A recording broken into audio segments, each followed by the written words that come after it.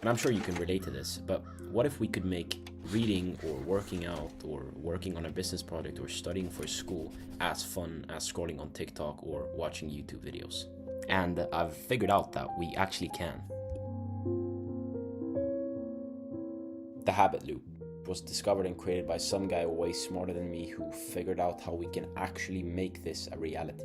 How you and I can actually program our brain into making things we find hard today, such as working out, reading, studying, or working, seamless and easy. Here's the habit loop explained in under 30 seconds. There are 3 steps we have to go through if we want to create a habit. Here's those 3 steps explained with the habit of smoking.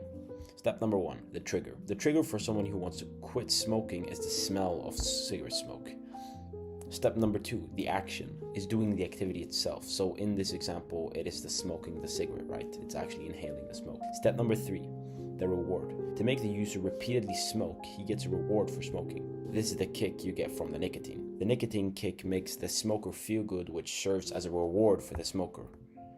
These are the 3 steps in the habit loop, and I just explained how humans get addicted to smoking. Now we understand why smoking is so addictive. That's not really hard to understand, but how do we make going to the gym, studying or reading or working as addicting as smoking, or similar to that sort? Well, we'll use exactly the same principle, the habit loop. Here's how to make working out easy using the habit loop. First, find a strong cue that triggers you into working out. A strong trigger is your alarm in the morning. Right when the alarm rings in the morning, you go and do your 30 push-ups or you go to the gym. Each time we do our workout right after the alarm rings, our brain will link the sound of the alarm with the activity of working out.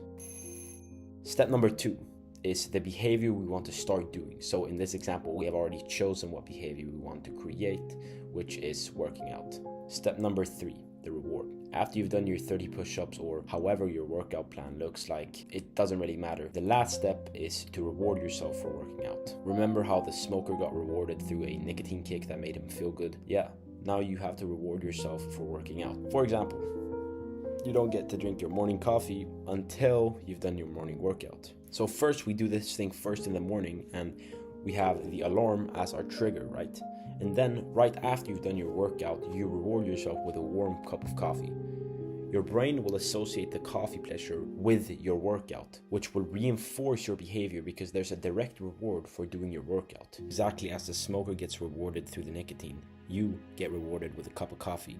If you don't drink coffee, use watching YouTube or Netflix as a reward for working out. Both things works great as a reward. It takes around 21 days to form a new habit.